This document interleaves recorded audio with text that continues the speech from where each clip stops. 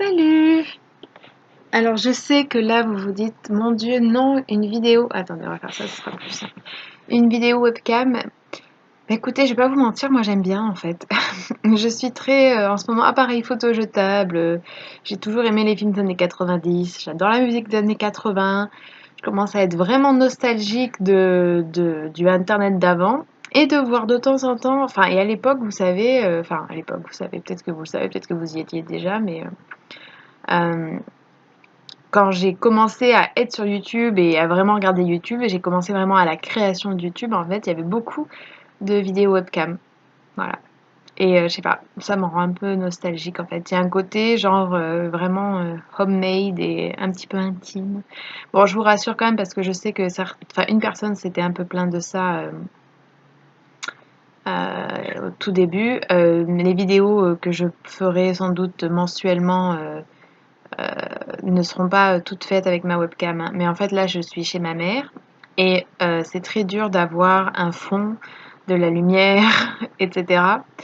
Et ma caméra est pas chargée, donc je me suis dit, franchement, il vaut mieux en fait filmer comme ça. C'est pas vraiment la qualité, je pense, en soi qui compte pour cette vidéo parce qu'elle va être courte, pas très réjouissante et enfin, pas très réjouissante. Oui, non, pas très réjouissante, mais en même temps, vous voyez, je me sentais pas de faire une vidéo super réjouissante parce que euh, si vous me suivez sur Instagram, vous avez peut-être vu que hier j'ai commencé à partager des posts sur les incendies qui sont en train de détruire la forêt en Amazonie et également par exemple en Sibérie. Et puis l'été dernier, on se souvient du Portugal, on se souvient de la Californie. Moi-même venant du sud de la France, on a souvent eu des incendies dans cette région-là. Enfin bon bref, il y a beaucoup de forêts qui sont souvent fermées l'été parce qu'il y a des risques d'incendie trop élevés, quoi. Et en fait, la plupart de ces incendies sont pas, entre guillemets, accidentels ou même naturels. C'est toujours, et même quand ils sont accidentels, c'est toujours en fait une cause humaine. Et donc l'Amazonie est réellement en train de brûler. Ça fait environ 3 semaines qu'elle brûle, que personne n'en parle dans les médias traditionnels ou presque, que le gouvernement brésilien est totalement silencieux ou accuse les ONG en fait en disant qu'elles auraient fait ça pour que voilà attirer les médias parce que leur financement a été coupé depuis les dernières élections. Enfin bon bref, vous imaginez le shit show que c'est quoi. Et en fait, hier, quand j'ai posté, j'étais vraiment énervée, j'étais vraiment mal et j'ai laissé. Je pense que j'ai dit des choses que j'avais pas forcément dites jusque-là. C'était peut-être pas très difficile de savoir quelles étaient mes opinions ou mes positions vis-à-vis de ça, mais en fait, voilà, j'ai écrit que moi, j'attendais qu'une chose, en fait, c'était que notre espèce s'éteigne concrètement. Je pense pas l'avoir déjà dit vraiment de manière aussi claire en ligne.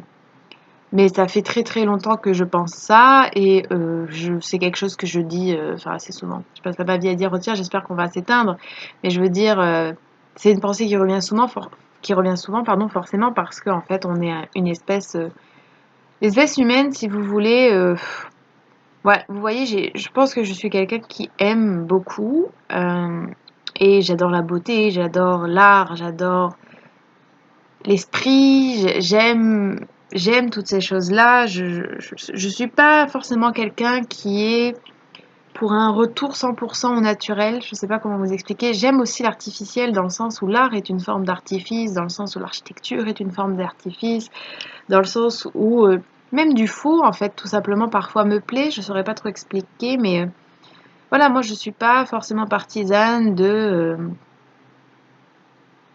comment dire, de plus développer certaines choses, de plus créer, de plus rechercher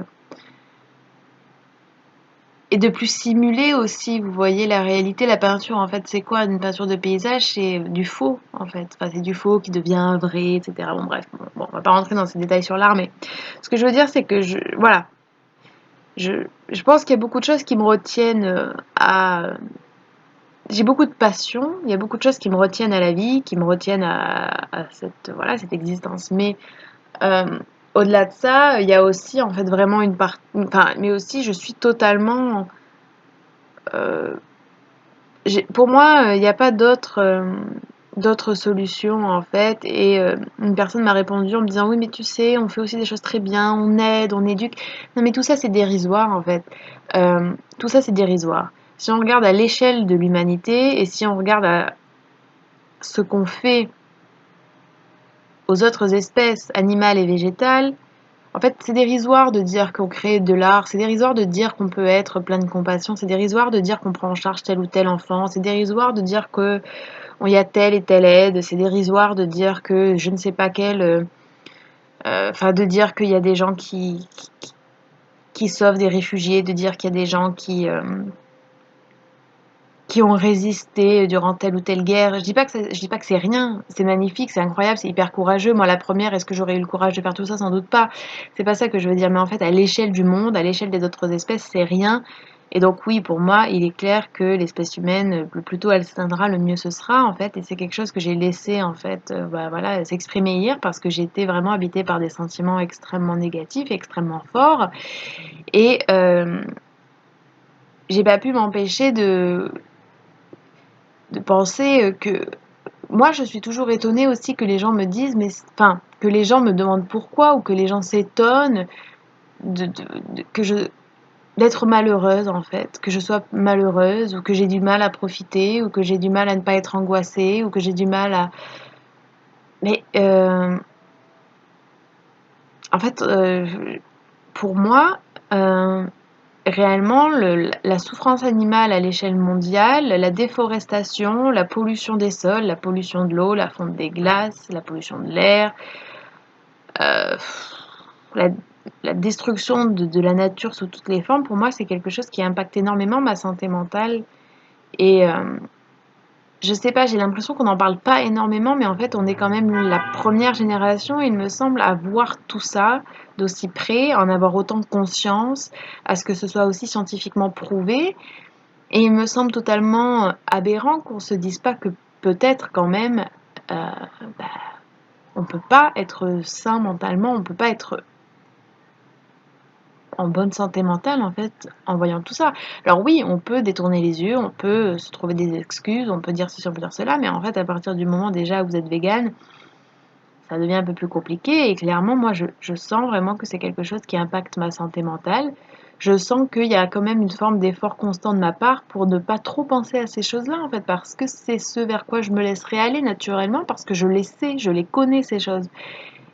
Et donc comment je pense pas qu'il enfin, il y a des gens qui arrivent mais en tout cas moi je ne peux pas détourner les yeux de quelque chose que j'ai vu.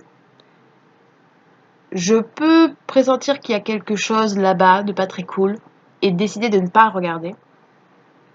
Par contre, si je le vois, moi je ne peux pas faire comme si je l'avais pas vu. Je peux pas effacer ce que j'ai vu. Et en plus, personnellement, je suis pas du genre non plus à savoir qu'il y a quelque chose là et pas à regarder. Je vais regarder quand même. Donc voilà.